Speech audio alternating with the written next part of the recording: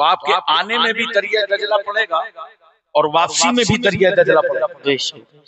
ये तारीख में बहुत मशहूर दरिया है जिसका नाम दरिया दजला है। जब इस दरिया दजला के पुल पर मेरी गाड़ी पहुंची तो मुझे एहसास हुआ और वो जमाना आ गया याद जब फारूक आज़म रज़ियल्लाहु ताला अन्हु अमीरुल मोमिनीन खलीफा स्वयं रज़ियल्लाहु ताला अन्हु, तो उस वक्त वहां के गवर्नर ने अमीरुल मोमिनीन को खत लिखा कि ये दरिया दजला साल में एक बार सूख जाता है, इसका पानी खत्म हो जाता है। बगदाद और अतराफ के लोग बहुत परेशान होते हैं, मगर दरिया दजला का पानी जारी करने का एक रास्ता है। जब पानी सूख जाता है तो फिर बगदाद के लोग एक जवान बेटी को लाते हैं जो समाज की खूबसूरत बच्ची होती है और ला करके दरिया दजला की भेंट चढ़ाया जाता है, तब जाकर ये सूखा हुआ दरिया फिर जारी हो जाता है। मैं तवज्जो चाहता हूं। गवर्नर कह रहा है अमीरुल मोमिनीन से कि मैं क्या करूं। हजरत उमर फरमाते हैं ठहरो, अब तक तो नाम खत लिखा है गवर्नर के, आज फारूक खत्ताब का बेटा खत लिखेगा दरिया के नाम। और आपने बाज़ाब्ते खत लिखा, गवर्नर से कहा जाओ दरिया में डाल दो जिस खत पे लिखा हुआ था। तवज्जो कीजिए कि अगर तू अल्लाह के हुक्म से जारी होता है तो उमर तुझसे कोई सवाल नहीं करता। बात वाज़ेह थी कि अगर खुदा के हुक्म से जारी होता है तो तुझे जारी ही होना है, लेकिन अगर तू भेंट लेकर के जारी होता है तो यह उमर का खत है, बस बहुत हो गया। इस्लाम जहालत की रस्में मिटाने आया है, अब कोई बेटी कुर्बान न की जाएगी। तू जारी हो जा, तुझे उमर कह रहा। वाह, बहुत खूब, माशाअल्लाह। जैसे ही खत रखा गया सूखा हुआ दरिया फौरन जारी हो गया। और एक बात और बताऊं आपको, ये ज्यादा दिन का वाकया नहीं है।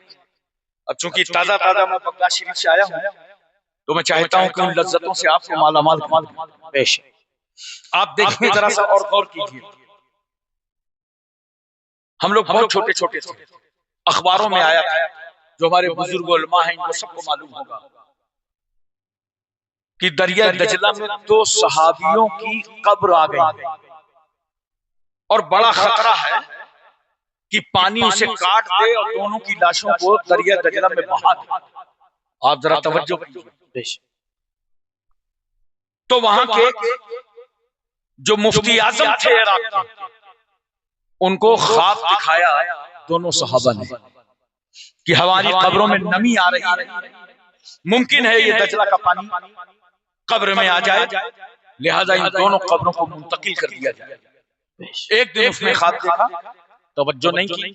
दूसरे दिन देखा तो उसने कहा नहीं, इसे मालूम करना चाहिए। अब वहां के बादशाह से बातचीत हुई। उस सदर ने कहा कि मुझे कोई हर्ज नहीं है काम करने में, मुफ्ती आप हैं, अगर आप फतवा देना जानते हैं तो दोनों कब्रों को मैं मुंतकिल करना जानता हूं। हालात के तहत वहां के मुफ्ती ने फतवा दे दिया कि यहाँ से दोनों कब्रें मुंतकिल कर दी जाएं, वरना ये जो झोंका आएगा लहरों का दरिया दजला का, तो मुमकिन है दोनों सहाबियों की लाशें इस दरिया में बह जाएं। हजरात तवज्जो कीजिए, पूरी दुनिया में खबर हो गई। सोशल मीडिया का जमाना नहीं था, बल्कि ये प्रिंट मीडिया का दौर था। पूरी दुनिया में खबर हो गई कि 2 सहाबियों की कब्रों को मुंतकिल किया जाएगा। यूरोप के लोग, बर्रे सगीर के लोग नुमाइंदा बनकर के बगदाद पहुंचे। बहुत सुना था कि अल्लाह वाले अपनी कब्रों में जिंदा रहते हैं, चलो आज दोनों सहाबियों की कब्रों को मुंतकिल किया जाए। वो दोनों सहाबी हैं कौन? हजरत अब्दुल्लाह इब्ने जाबिर हैं और हजरत हुज़ैफा यमनी हैं। और मदाइन में दोनों की मज़ारें हैं। अल्हम्दुलिल्लाह इसी सफर में दोनों सहाबियों की मज़ारों की ज़ियारत करके मैं आया। आप गौर फरमाए जरा, जब पूरी तैयारी हो गई, नुमाइंदे आ गए पूरी दुनिया के, क्या हाल है। उसके बाद जब कब्र खोली गई तो उसी तरह ताजा तरीन कफन नजर आ रहा था। लग रहा था कोई आशिक रसूल के नाम पे सो गया है। जब स्ट्रेचर को सामने लाके रखा गया कि दोनों कब्रों को, दोनों लाशों को स्ट्रेचर पर रखा जाए और यहाँ से मुंतकिल कर दी जाए लाशें। मुअर्रिख गवाह है, तारीख में लिखा है, हमारे उलमा ने इस वाक़े को भी लिखा है कि जब स्ट्रेचर ला करके सामने रखा गया तो याद रखो दोनों लाशों को हाथ लगाने की जरूरत नहीं पड़ी, बल्कि आज खुद दोनों सहाबियों की लाश स्ट्रेचर पे आ गई। हाय हाय वाह। मैं तो ये समझता हूँ बगदाद में उस वक्त कोई ऐसा हाथ ही न था जो सहाबियों के जिस्म पर छू सकता हो। अल्लाह ने इसीलिए अपनी कुदरत का मुजाहिरा फरमा दिया। बेशक बहुत खूब माशाअल्लाह। और दोनों सहाबियों की कब्रों को मुंतकिल कर दिया गया। अल्हम्दुलिल्लाह आज मदाइन में दोनों सहाबियों की कब्रें हैं। हजरात अल्लाह तौफीक दे तो कभी बगदाद शरीफ जरूर जाइएगा। इमाम आजम रहमतुल्लाह अलैह जिनकी हम लोग तकलीद करते हैं वहीं उनका मज़ार पाक, इमाम गजाली का मज़ार पाक वहीं है, शेख शहाबुद्दीन सोहरवर्दी का मज़ार पाक वहीं है, इमाम अहमद बिन हम्बल उनका मज़ार पाक वहीं है, सिर्री शक्ति का मज़ार पाक वहीं है, जुनैद बगदादी का मज़ार पाक वहीं है, मारूफ करखी का मज़ार पाक वहीं है। ज़ियारतगाहों से भरा हुआ है पूरा बगदाद। जाते हैं लोग गौसे आजम पर हाजिरी देने के लिए, लेकिन गौसे आजम पहुंचा देते हैं अहले बैत तक। हाय हाय वाह बहुत। पहुंचा देते हैं करबला वालों, पहुंचा देते हैं नजफ अशरफ तक, पहुंचा देते हैं औलिया कामिलीन की मज़ारों तक। ये गौसे आजम। अच्छा, गौसे आजम रज़ियल्लाहु तआला अन्हु का जिक्र हम लोग बहुत खुशदिली के साथ 11वीं शरीफ में करते हैं। बेशक आप लोग भी करते होंगे जी, 11वीं मनाते होंगे जी। चांद की 11 तारीख को फातिहा भी करते हैं माशाअल्लाह, बहुत सारे जगह होता है। लेकिन एक बात मैं आपसे पूछना चाहता हूँ, मोहब्बत के साथ बताइए, ये 11 रबीउल सानी जो गौसे आजम का आप जिक्र करते हैं, उनका चर्चा करते हैं, उनका प्रोग्राम करते हैं, उनके नाम का लंगर करते हैं, उनके नाम की महफिल करते हैं, महफिल गौसिया मनाते हैं, जश्न गौसे आजम मनाते हैं, तो ये 11 तारीख को गौसे आजम न पैदा हुए थे और न आपका विसाल हुआ है। आम तौर से हम लोग उसी में उर्स मनाते हैं जो पैदाइश की तारीख हो और या तो विसाल की। ना ये पैदाइश की तारीख है 11 तारीख और न विसाल की, फिर भी इतने धूमधाम से हम गौसे आजम का जिक्र क्यों मनाते हैं? आप जानते हैं क्यों मनाते हैं? इसलिए कि गौसे आजम महीने की हर 11 तारीख को रसूल आजम का जिक्र करते थे, हाय हाय वाह वाह। अल्लाह का जिक्र करते थे। अल्लाह को ये जिक्र इतना पसंद आया, अब्दुल कादिर जिलानी अगर 11 तारीख को तुम मेरे महबूब का जिक्र करोगे तो तुम्हारा खुदा तुम्हारा जिक्र हर साल 11 रबीउल सानी में करा देगा। हाय वाह वाह बहुत खूब माशाअल्लाह। ये तो वादा किया है अल्लाह ने। अल्लाह खुद फरमाता है फस्कुरूनी यस्कुरकुम वश्कुरूली वला तकफुरून। तुम मुझे याद करो मैं तुम्हारा जिक्र करूंगा, तुम मेरा चर्चा करो मैं तुम्हारा चर्चा करूंगा, तुम मेरा तस्करा करो मैं तुम्हारा तस्करा करूंगा। और बात बड़ी अहम है, बंदो तुम मेरा जिक्र बंदों में करो, आपस में करो, मैं तुम्हारा जिक्र फरिश्तों में करूंगा। हाय है बहुत खूब। मैं फरिश्तों में करूंगा। और याद रखना, जब अल्लाह ताला पूरे जमीन पर किसी को अपना महबूब बंदा बना देता है, किसी से मोहब्बत करने लगे खुदा और अल्लाह उसे अपना महबूब बना दे, तो जानते हो फिर पोस्टर लगवाने की जरूरत नहीं पड़ती, पर्चा छपवाने की जरूरत नहीं पड़ती, तारीख बताने की जरूरत नहीं पड़ती। कितने पोस्टर छप गए पिछले साल जो आपके गांव के मदरसे का जलसा हुआ था, लोग नहीं बता पाए। लेकिन इन औरतों से पूछ लो कि 11वीं शरीफ कब होती है, ये बता देंगे। बोलो क्यों? न पर्चा की जरूरत है, न पोस्टर की जरूरत है, न प्रचार की जरूरत है। बात इतनी है कि अल्लाह ने रूए जमीन पर इस बंदे को अपना महबूब बंदा बना लिया है। और जब महबूब बंदा बनाता है खुदा तो फरिश्तों में ऐलान करता है, फरिश्तों रूए जमीन पर मैंने फला बंदे को अपना महबूब बंदा बना दिया। हाय है बहुत खूब। तो आज देखो गौसे आजम का जिक्र सिर्फ हिंदुस्तान में नहीं हो रहा, पूरी दुनिया में हो रहा। आपने तो जिक्र किया था बगदाद में, जीलान में, लेकिन अल्लाह को यह जिक्र इतना पसंद आया कि गौसे आजम का जिक्र देखो, हिंदुस्तानी में देख लो, यूपी, एमपी, तमिलनाडु, कर्नाटक, हिमाचल, हरियाणा, पंजाब, कश्मीर, उत्तराखंड, छत्तीसगढ़, सौराष्ट्र, गुजरात, महाराष्ट्र, पूरे हिंदुस्तान में गौसे आजम का जिक्र हो रहा है। Asia, Malaysia, Indonesia, Saudi Arabia, Cambodia, Korea, Mongolia, Maldives, Bhutan, Singapore, Burma, Brunei, Vietnam, Hispania, Romania, Bulgaria, Czechoslovakia, Yugoslavia, Tanzania, England, Highland, Thailand, New Zealand, आगरलैंड, नागालैंड, गोरखालैंड, पूरे वर्ल्ड में गौसे आजम का जिक्र हो रहा है। बेशक, क्योंकि उन्होंने अल्लाह का जिक्र किया था, अल्लाह ने जिक्र करा दिया। बेशक, बहुत खूब। और गौसे आजम ने जिक्र किसमें किया हुआ? बगदाद की जुबान में, अजम की जुबान में, अरबी जुबान में। मगर अल्लाह को यह अल्लाह इतनी पसंद आ गई कि गौसे आजम का जिक्र खुदा ने हर जुबान में करा दिया। अभी मुझसे पहले बंगाल जुबान के खतीब बैठे हुए थे, पूरा नहीं थोड़ा थोड़ा समझ रहा था मैं। अभी बंगला बूझू ना, थोड़ा अंदाज से समझ में आता था कि कहाँ पे गौसे आजम का नाम ले रहे हैं, क्या क्या है।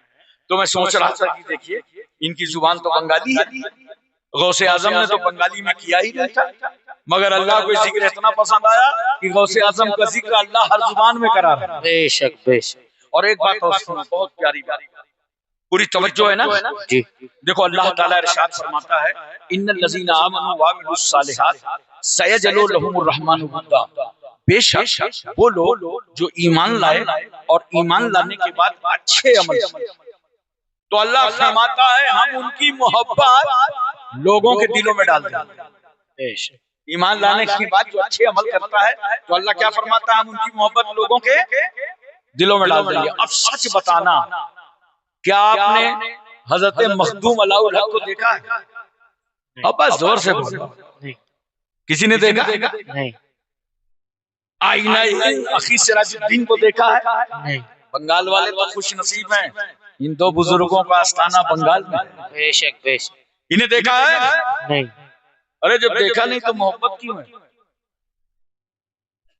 मखदूम अशरफ कचौचुबी को देखा? नहीं। सैयद आले रसूल महरैरवी को देखा? नहीं। मोहब्बत क्यों है? कुतुबुद्दीन बख्तियार काकी, महबूब इलाही, साबिर कलियरी, जिंदा शाह मदार, वारिसे देवा, मखदूम के चौचा, मखदूम जाजमो, नसीरुद्दीन चिराग जलवी, शाह जमालुल्लाह रामपुरी, मुनव्वर अली शाह इलाहाबादी, शरफुद्दीन याहया मुनैरी, इन बुजुर्गों को देखा है? नहीं। देखा नहीं तो मोहब्बत क्यों है? मेरा एक सवाल है, जब देखा ही नहीं तो मोहब्बत क्यों? अच्छा एक बात बताओ, सहाबा को देखा? नहीं। थोड़ा सा वहाँ करो। नहीं। बहुत दिनों के बाद मुझे बंगाल में बड़ी लज्जत मिल रही है तकरीर करने में। ये जलसे वालों की बड़ी मेहरबानी, बहुत अच्छे टाइम पे बिठाया है, अल्हम्दुलिल्लाह बहुत अच्छे टाइम पे बिठाया है।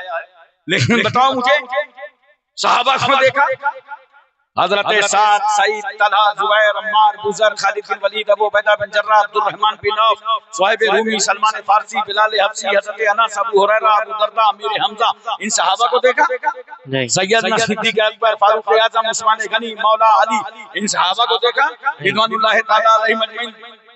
अबे देखा होता तो ताबई न बन गए होते। आए है, वाह। देखा नहीं है मगर दिलों में, जोर से बोलो, देखा नहीं है मगर मोहब्बत है। क्यों? ये मोहब्बत हमारे दिलों में अल्लाह ने डाला है। बेशक, बेशक। ये अल्लाह की डाली हुई मोहब्बत है। अब यहीं से तय कर लो, जिस मोहब्बत को, गौसे आजम की मोहब्बत को हमारे दिलों में अल्लाह ने डाला हो, तो कोई मुल्ला निकालेगा कैसे? हाय वाह वाह वाह, बहुत खूब, माशाअल्लाह। ये तो अल्लाह की डाली हुई मोहब्बत है, ये तो अल्लाह की मोहब्बत डाला है। हजरत एक बात और सुनिए मोहब्बत के साथ, गौसे आजम रज़ी अल्लाह तआला अन्हु का वो मर्तबा, वो दर्जा आपने उलमा से जुमा में सुना होगा, बराबर सुना होगा। 15 साल तक कंटिन्यू ऐशा से लेके फजर तक एक कुरान खत्म फरमाते थे। 25 साल तक बियाबानों और जंगलों की सैर करते रहे और अल्लाह का जिक्र करते रहे। 40 साल तक ऐशा के वजू से फजर की नमाज अदा की, लेकिन जब मैं तालिब इल्म था ना, तो ये सोच रहा था कि ऐशा के वजू से फजर की नमाज, ये तलबा बैठे हुए हैं, इनका मिजाज कुछ अलग होता है। जब तालिब इल्म रहो ना, उस्ताद पढ़ाता है, फिर भी क्या और तरीके से मिसाल दीजिए, कैसे जैसे बच्चा उसकी जड़ में उतरना चाहता है, बिल्कुल तनकीदी जहन होता है, बात बात पर तनकीद करता है और उसकी जड़ तक को समझना चाहता है। और जाहिर सी बात है, अब उस्ताद से न समझेगा तो किससे समझेगा। तो मैं तालिब इल्म था, जब पढ़ा सीरत गौसे आजम को कि गौसे आजम रज़ियल्लाहु ताला अन्हु ने 40 साल तक इशा के वजू से फजर की नमाज अदा की, तो मैं अंदर ही अंदर सोच रहा था, या अल्लाह फिर तहज्जुद कब पढ़ा, क्योंकि तहज्जुद के लिए नौम शर्त है। बोलो, सोने के बाद जो उठते हो वही तहज्जुद का टाइम, और नौम जो है उलमा से पूछो वो नाकिज़े वजू है, सोने से वजू टूट जाता। तो अब बात समझ में नहीं आई कि 40 साल तक इशा के वजू से अगर फजर की नमाज पढ़ा तो तहज्जुद कब पढ़ा, अब तहज्जुद पढ़ा तो सो गए, सोने से वजू टूट गया, तो इशा के वजू से फजर कब पढ़ा। एक तालिब इल्म की हैसियत से मगर मेरे दिल में ख्याल आया कि इंशाअल्लाह ये बात अपने उस्ताद से नहीं पूछूंगा, बल्कि कोई फकीर मिलेगा तब पूछूंगा, कोई अल्लाह वाला मिलेगा तब पूछूंगा, अल्लाह का कोई नेक बंदा मिलेगा तब पूछूंगा। इत्तेफाक ऐसा हुआ कि मेरा केछौछा शरीफ जाना हुआ, हुजूर मखदूमुल मशाइख सैयद मोहम्मद मुख्तार अशरफी जीलानी रहमतुल्लाह ताला अलैह, जो मेरे पीरो मुर्शिद, उनकी बारगाह हाजिर देने। और सुनिए, जब मैं हजरत के दौलत खाने पर पहुंचा तो हजरत यूं तशरीफ फरमाते अपने बरामदे में, अजिल्ले उलमा उस वक्त के वहां मौजूद थे। कौन? अगर आप जानते ना होंगे तो उलमा हमारे जानते हैं, मुफ्ती अब्दुल जलील साहब पूर्णिया, ख्वाजा मुजफ्फर हसन साहब, मुफ्ती मुफ्तीउर रहमान साहब, इस तरह के तमाम असातिज़ा वहां मौजूद थे। और हजरत दर्स कुरान फरमाते। उसके बाद मैं बैठ गया, थोड़ी देर के बाद हजरत फरमाते हैं, अरे भाई आजकल तो कुछ लोग मेरे जद्दे करीम सैयदना गौसे आजम की 40 साला नमाज ही में उलझे हुए हैं। बेशक। अब जब इतना फरमाया तो मैं हजरत के करीब हो गया, मुझे लगा कि आज मेरे सवाल का जवाब मिल जाएगा। जानते हो ये कौन बुजुर्ग हैं? ये वही हैं जिन्होंने हुजूर मुफ्ती आजम हिंद बरेलवी रहमतुल्लाह ताला अलैह की नमाजे जनाजा पढ़ाया। बेशक बेशक, जोर से बोलो सुभान अल्लाह। सुभान अल्लाह। तो मैं और करीब हुआ, हजरत इरशाद फरमाते हैं, सुनो, गौसे आजम को अल्लाह ने वो दर्जा और मर्तबा और मनसब दिया था, उस मनसब पर, मकामे गौसियत पर फाइज थे जहां गफलत नहीं तारी होती। तवज्जो कीजिए, गफलत, अल्लाह ताला किसी बंदे को ये दे दे कि उस पर गफलत न तारी, वहां गफलत नहीं तारी होती। और जब गफलत ना तारी हो तो ऐसे सोने से वजू नहीं टूटता। बेशक बेशक, जिस सोने से गफलत ना तारी हो वजू नहीं टूटता। आप खुद ही बता दो, कभी कभी चादर ओढ़ के सोए रहते हो, थके हो, घर वालों से कहते हो कोई आए जगाना मत, और कोई आया सलाम किया दुआ किया सब कुछ, जब चला गया तो बीवी से कह रहे कौन आया था, और सब जानते हो, क्योंकि इस तरह सोए थे कि गाफिल नहीं थे। बोलो, इस तरह सोए थे कि गाफिल नहीं थे। अच्छा, जब मैंने इसको फुकाहे किराम के रास्ते से जाके समझा तो और आसानी से समझ में आता। देखो, नोट करो, अगर कोई मर्द नमाज में सो जाए, जुमा वाले दिन तुम लोग भी एक नींद निकालते होगे, अच्छा इन लोगों को कभी नींद आया ना है, जुमा में खूब झटके मारते हैं जी, बड़े इत्मीनान से जुमा वाले। अब मसला सुन लो, आज से हमेशा याद रखना, कौन सा सोना है जिससे वजू टूट जाए। इतनी मेहनत से नहाया धोया, नमाज के लिए पहुंचे, मस्जिद गए, आप खतीब साहब की तकरीर सुन रहे हैं, आप पे नींद का गलबा आया, या चलिए सजदे में चले गए। हमें बहुत सारे तो नमाज में खर्राटे मारने लगते हैं, इतना जबरदस्त हो जाता। एक साहब कानपुर में मुझे मिले, कहा हजरत ये अपनी बाइक चलाते चलाते सो जाते हैं। मैंने कहा अल्लाह इनकी हिफाजत करे, परवरदिगार। ऐसा ऐसा कमाल है लोगों के सोने में। लेकिन एक बात सुन लो मोहब्बत के साथ, सजदे में गए, बहुत गौर से सुनिएगा, और सो गए आंख बंद, लेकिन न दाहिने गिरे न बाएं गिरे, न इधर लुढ़के न उधर लुढ़के, बीचों बीच सेंटर पे सजदे में सो गए। याद रखना ऐसे सोने से वजू नहीं टूटेगा, हमेशा याद रखना मसला, ऐसे सोने से वजू नहीं टूटेगा। और अगर आप गए सोए और सोते ही दाहिने गिर गए या बाएं गिर गए तो वजू टूट जाएगा, फिर हुक्म दे दिया जाएगा वजू टूट जाएगा। अब इसमें फर्क क्या है मैं वो भी समझा दूं, नहीं आप बिला वजह एक आध हफ्ता परेशान रहेंगे, वो भी समझ लीजिए। देखिए मर्द जब सीधे सजदे में जाता है ना तो उसके सारे आज़ा टाइट होते हैं, इस्तिरखा नहीं होता, अज़्व में ढीलापन नहीं पाया जाता।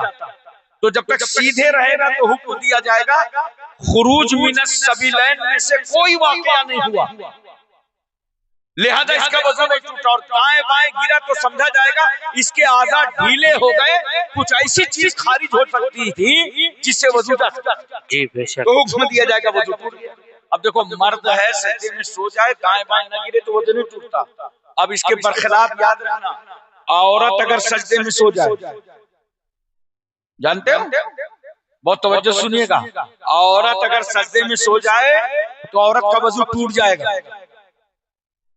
औरत का वजू टूट जाएगा। वो दाएं बाएं गिरे या न गिरे, वो इस तरह सजदे में जाती है, उसको गिरने की जरूरत नहीं है, पहले से गिरी रहती है, ऐसे सजदे में जाती है। कहां अब कितना गिरेगी, तो उसके सारे आज़ा में इस्तिरखा होता है, इसलिए हुक्म दिया जाएगा कि वजू टूट गया।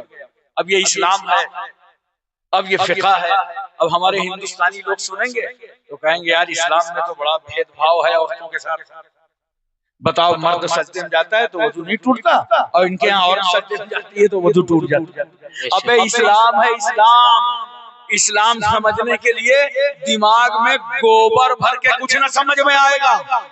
इस्लाम अगर समझना है तो बतौर खैरात और ज़कात इंसाफ का अगर चौथाई हिस्सा तुम्हारे पास हो तो इस्लाम तुम्हें फौरन समझ में आ जाए है। बहुत को माशाअल्लाह इस्लाम इंसाफ से समझ।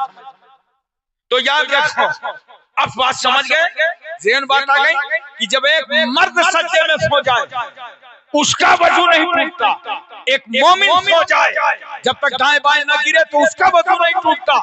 अबे तो फिर जो मोमिनों का इमाम हो वो गौसे आज़म सोएंगे तो यकीनन गफलत नहीं तारी होती थी, इसीलिए वो सो भी लेते थे और वजू भी बरकरार रहता था, तहज्जुद भी पढ़ते थे, फजर भी पढ़ते थे। हाय है बहुत खूब माशाअल्लाह, ये गौसे आज़म रज़ियल्लाहु ताला अन्हु की शान। बोलो मेरी बात समझ में आ रही है ना जी, ज़हन में अच्छी तरह ये बात उतर रही है जी। सैयदना गौसे आज़म रज़ियल्लाहु ताला अन्हु ने जो तालीम दी है और जिस तालीम को ये हमारे उलमा मस्जिदों से जलसों से आम करते हैं, ये बहुत अहमियत की हामी है। गौसे आज़म का जमाना जो था ना, बड़े फितने थे वक्त, बेशुमार फितने थे, सारे फितने थे, मगर गौसे आज़म ने इल्म से जवाब दिया, तकवे से जवाब दिया, कुरान से जवाब दिया, हदीस से जवाब दिया, तारीख से जवाब दिया, तफसीर से जवाब दिया, तारीख से जवाब दिया, अदब से जवाब दिया, और यहीं तक नहीं मुशाहिदा करा करा के जवाब अता फरमाया। बहुत को माशाअल्लाह, ये गौसे आज़म की शान। अब एक बार गौसे आज़म रज़ियल्लाहु ताला अन्हु के पास एक मुरीद आया और आके कहता है कि हुजूर ये रमजान शरीफ का महीना है, मैं आपको दावत देने आया हूँ, मेरे घर आज इफ्तार फरमा। तो सैयदना गौसे आज़म रज़ियल्लाहु ताला अन्हु फरमाया जाओ दावत मंजूर। मुरीद तो बड़े हिचकाए होते हैं। दूसरा आ गया, कहा हुजूर मेरे घर में इफ्तार फरमा लें। हज़रत ने फरमाया जाओ दावत मंजूर। तीसरा आ गया, हुजूर मेरे घर में इफ्तार फरमा लें। हज़रत ने फरमाया जाओ दावत मंजूर। अब मैं 70 मुरीद आ गए और 70 की दावत कबूल फरमा। तवज्जो कीजिए, एक ही टाइम है इफ्तार का, 70 की दावत कबूल फरमा। अब जैसे इफ्तार का टाइम हुआ, दस्तरखान लगा, हर मुरीद खुशी में बैठा है। आज पीरानी पीर आ रहे हैं, आज पीरों के पीर आ रहे हैं। हमारे तुम्हारे घर में अगर कोई मस्जिद का इमाम आए तो कितना खुश होते हो, तुम्हारा पीर आए तो कितना खुश होते हो। घर की सफाई करो, चादर बदल दो, इमाम साहब आ रहे हैं, आलिम साहब आ रहे हैं, हाफिज साहब आ रहे हैं, कारी साहब आ रहे हैं, बोलो।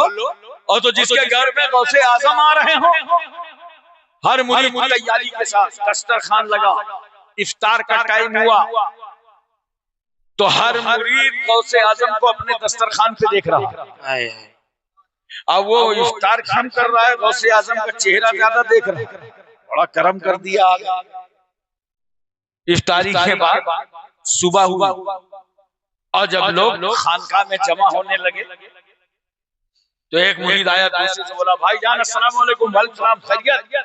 अरे कल तो गौसे आजम ने बड़ा करम किया, मेरे घर में इफ्तार फरमा दिया। उसने कहा, यार तुम पहचान नहीं पाए, कल तो हमारे यहाँ थे। उसने कहा, दोनों में बहस चल रही थी, हमारे यहाँ तीसरा आ गया। बोला क्या प्रॉब्लम है? कहा देखो कल गौसे आजम ने हमारे घर में इफ्तार फरमाया, ये कह रहे हैं हमारे यहाँ थे। कहा तुम दोनों नहीं पहचान पाए, कल तो हमारे यहाँ थे। जी बेशक। एक में चौथा आ गया, उसने देखा ये झगड़ा इस बात पर कर रहे हैं कि जिसका फैसला मेरे हाथ में है। अब मैं कहा बस करो, कल तो गौसे आजम हमारे यहाँ थे। अब जो आ रहा है किसी की सुन ही नहीं रहा। गौसे आजम हमारे यहाँ थे, हमारे यहाँ थे, हमारे यहाँ थे। 40 मुरीद यही रट लगाए, हमारे यहाँ थे, हमारे यहाँ थे। मसला उलझ गया तो एक समझदार मुरीद ने कहा, यार चलो मदरसे वालों से पूछो कि जब इफ्तार के लिए गए थे तो बता के गए होंगे ना कहाँ जा रहे हैं। अहले मदरसा जिसके बारे में बताएंगे मान लिया जाएगा। जब अहले मदरसा के पास जाके पूछा, ये बताइए कल गौसे आजम इफ्तार में कहाँ गए थे? मदरसे वालों ने कहा, कल तो हमारे ही यहाँ थे, कल तो कहीं गए नहीं, कल तो यहीं थे। मोहतरम सामीन इकराम, मैं आपसे एक बात पूछना चाहता हूँ, मोहब्बत के साथ मुझे बताओ कि जब गौसे आजम 70 दस्तरखान पर नजर आने लगे तो मुझे जवाब दो कि जब गौसे आजम की हाजिरी का आलम ये है तो मेरे मुस्तफा के हाजिर नाजिर होने का। वाह वाह वाह, नारे तकबीर, नारे रिसालत, शान गौसे आजम, शान गौसे आजम, जश्न गौसुल वरा, हुजूर गाजी इस्लाम, नारे तकबीर, नारे रिसालत। बहुत खूब। और याद रखना, ये मैं तुम्हें खिताबत की जौलानियत से नहीं समझाऊंगा। अब मुझे इतना बता दो, मोहब्बत के साथ, बड़े प्यार के साथ, सूरज एक है कि 1000? थोड़ा सा हाँ के बड़े समझदार लोग बैठे हैं माशाअल्लाह। सूरज एक है कि 1000? एक है ना? अच्छा, आज इरादा कर लो, कल सुबह सूरज को कम से कम 100 जगह देखेंगे। तो एक छोटी सी गुजारिश करूंगा, गांव के सारे आईने इकट्ठा कर लेना। आईना जानते हो, शीशा जिसपे चेहरा देखते हो, सारे आईना इकट्ठा कर लेना 100 और लेके रोड पे खड़े हो जाना सूरज महाराज की तरफ रुक करके। सूरज एक है, हर आईने में सूरज नजर आएगा जी। अरे एक था, ये तो 100। तुम्हारे आईने में भी सूरज, इनके आईने में सूरज, उनके आईने में सूरज, सूरज एक। और नजर का जगह आ रहा है 100 जगह। अब 250 जगह देखना हो तो 250 आईने मंगा लेना, 1000 देखना हो तो 1000 आईने मंगा लेना। जितने आईने होंगे हर आईने पे सूरज नजर आता है। लेकिन अगर यहाँ के लोग बहुत होशमंद और अक्लमंद बने और हाथ में पत्थर लेके खड़े हो जाए तो पत्थर पे सूरज नजर आएगा? अरे बोलो ना, पत्थर पे सूरज नजर आएगा? सूरज देखने के लिए आईना चाहिए जी, पत्थर पे सूरज नजर नहीं आता। इसी तरह याद रखो, गौसे आजम को देखने के लिए दिल आईना चाहिए। वाह वाह वाह, बहुत खूब, माशाअल्लाह। पत्थर दिल पे गौसे आजम नजर नहीं आते। हाय हाय वाह, दिल को आईना बनाओ। इसीलिए मैं कहता हूँ वो सीना सीना ही नहीं है, जो मोहब्बत रसूल का मदीना ना हो। अरे वाह वाह वाह, बहुत खूब माशाअल्लाह। अपना सीना मोहब्बत मुस्तफा का मदीना बना डालो। अरे रहो इंडिया में और सीने में मुस्तफा नजर आए, रहमतुल्लिल आलमीन नजर आए। गोया ऐसा उम्मती बन जा, जब चाहा नबी को सीने में देख लिया और जब चाहा मुस्तफा को मदीने में देख लिया। अरे वाह वाह वाह, नारे तकबीर, नारे तकबीर, नारे रिसालत, हुजूर गाज़ी इस्लाम, हुजूर गाज़ी इस्लाम हज़रत अल्लामा मौलाना मुफ्ती हाशिम कानपुरी साहब की बिला। नारे तकबीर, नारे रिसालत, बहुत खूब माशाअल्लाह। अच्छा एक बात मुझे और बताओ, क्या नाम है इस गांव का? मैकदुल, मैकदुल, मैकदुल। और ये शाख कहाँ की है? कमरतुर। कमरतुर। मदरसा ऐसे ही चलाओ, चाहे जितना चंदा देना पड़े, ऐसी मस्जिद बनाओ, सबकी कमर टूट जाए जी, बस कमर तोड़ ही कमर तोड़। इतनी मेहनत करो मदरसा बनाने में, मदरसा चला नहीं। बड़ा अच्छा यहाँ का जज्बा लगा मुझे जिस वक्त अजीज गिरामी मुहिब मोहतरम फखरुद्दीन साहब ने फोन किया और कहा कि हजरत हमारे यहाँ प्रोग्राम है, आप तशरीफ लाइए। मैंने अपनी डायरी चेक की, बड़ी मसरूफियत।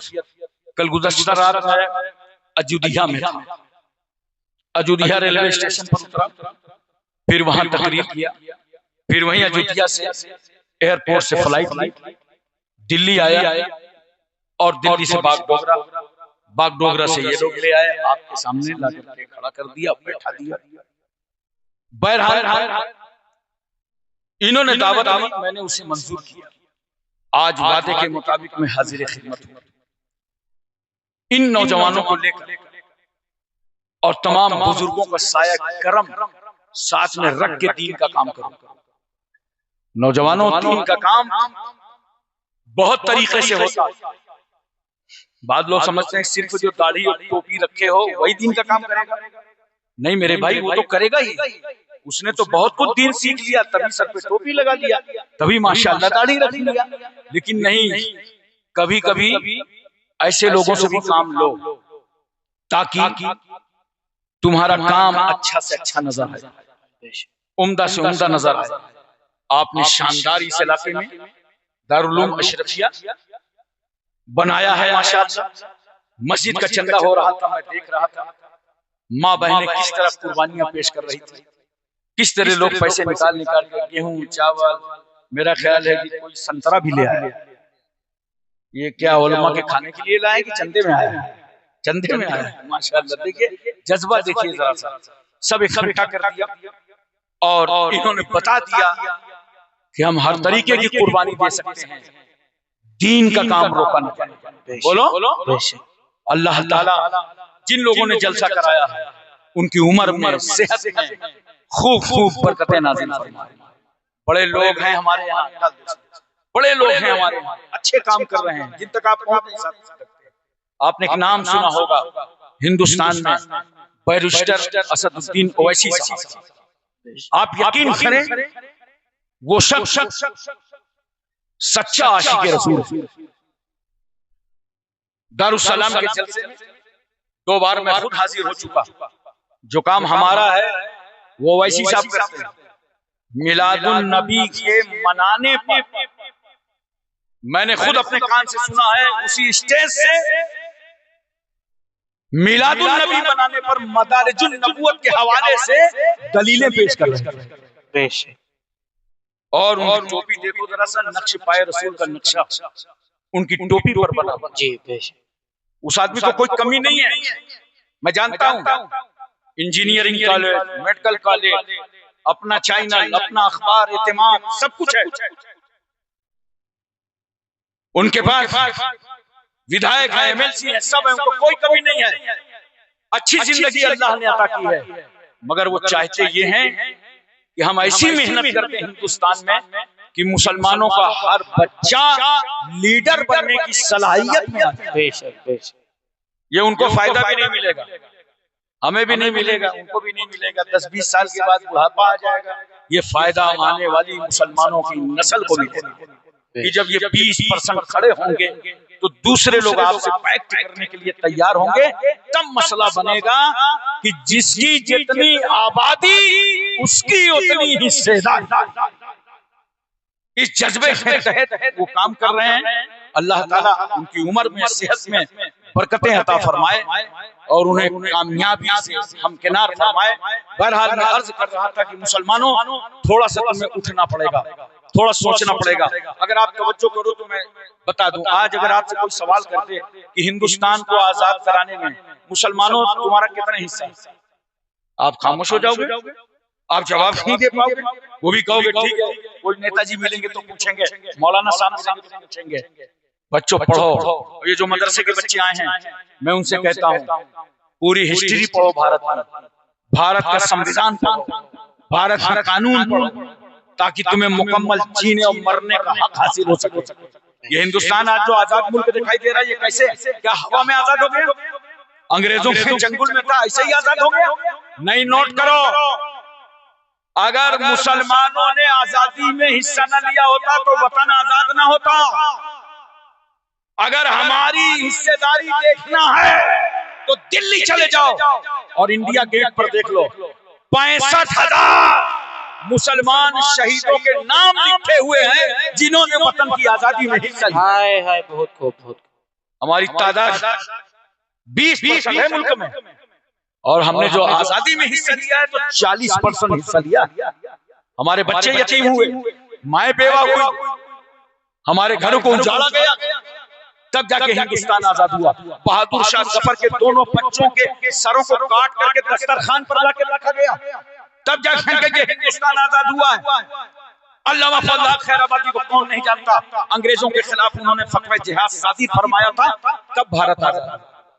उन्होंने मदरसे में, कॉलेज में बैठ करके फतवा नहीं लिखा था, मदरसे की चटाई में बैठ के लिखा था, मदरसे की चटाई में। इसलिए मैं कहता हूँ, कहाँ है वो लोग आज जो बकवास करते हैं कि अरबी मदरसों को बंद कर दिया जाए, मदरसे दहशतगर्दी के अड्डे हैं, इन पे पाबंदी लगा दी जाए।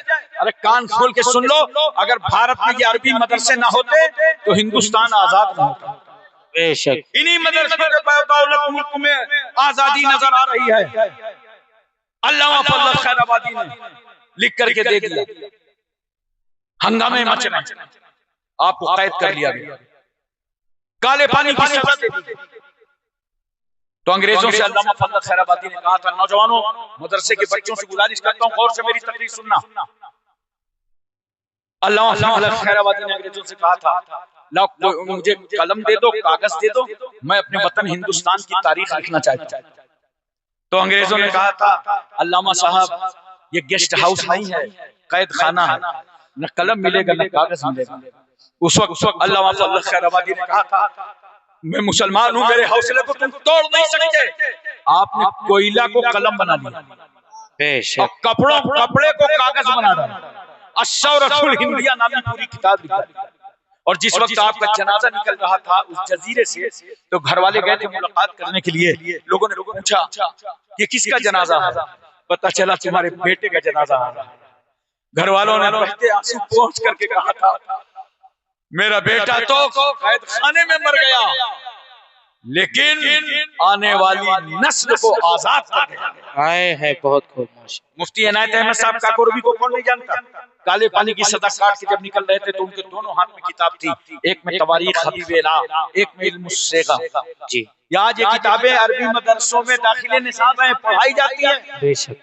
मौलाना लुत्फुल्लाह शालीगढ़ी को कौन नहीं जानता? ये मौलाना सैयद अहमद अशरफ कशोचवी के उस्ताद गिरामी, इन्होंने कुर्बानी दी, तब भारत आजाद हुआ। मौलाना सैयद काफी मुरादाबादी को मुरादाबाद के चौराहे पर अंग्रेजों ने फांसी के फंदे पर लटकाया था, तब जाके हिंदुस्तान आजाद हुआ।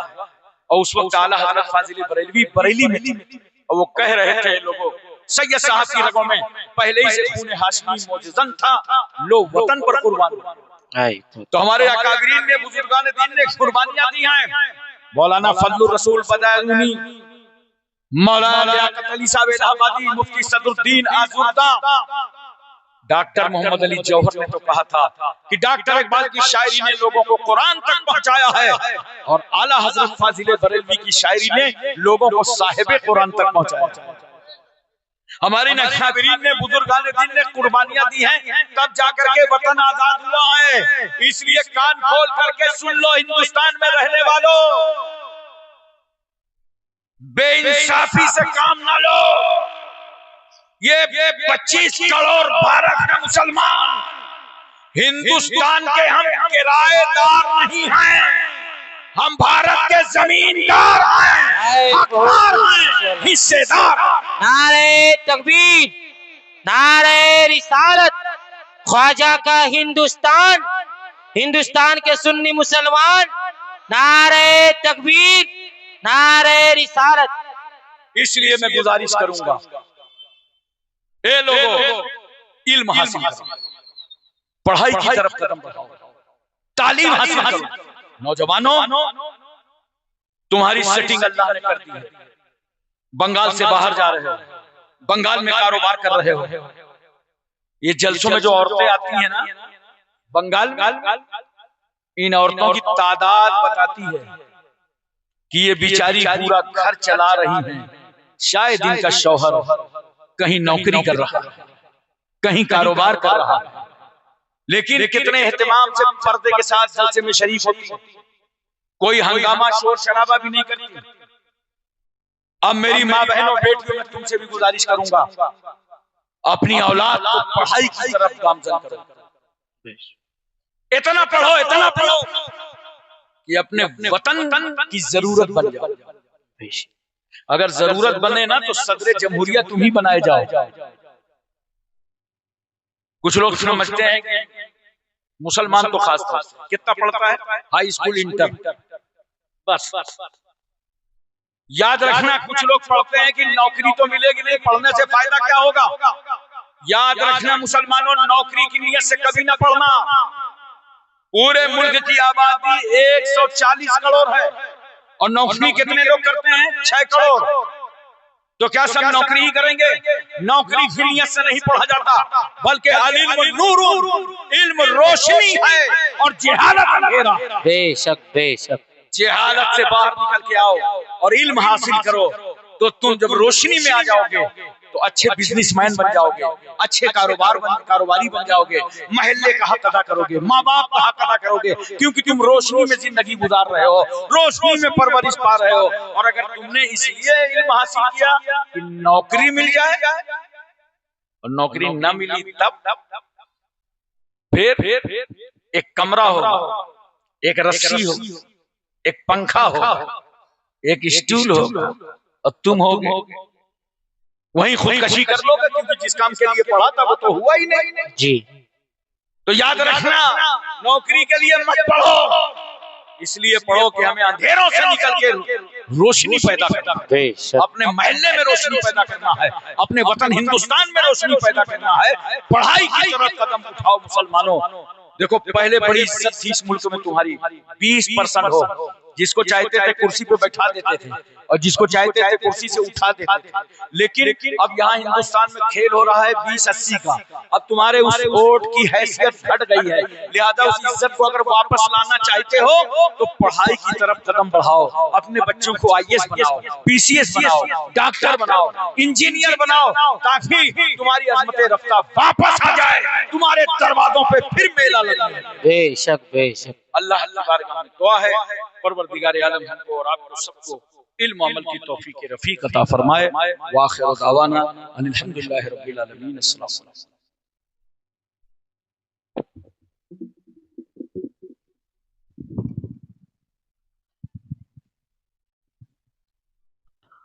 सुभान अल्लाह। हबीबुर रहमान 10,000 टका। नारे तकबीर, नारे रिसालत। मुर्तजा अली 5,000 टका तक। सुभान अल्लाह। नारे तकबीर, नारे रिसालत। सिराजुल अली 2000 টাকা পেড করে দিয়েছি মাশাআল্লাহ সুবহানাল্লাহ আল্লাহ পুত্রকে দান খানাকে কবুল করুক বেরাদার ইসলাম বসে থাকেন 5 মিনিটের জন্য আপনাদের সামনে দাঁড়িয়ে আছি এই কিছু ফল ফ্রুট রয়েছে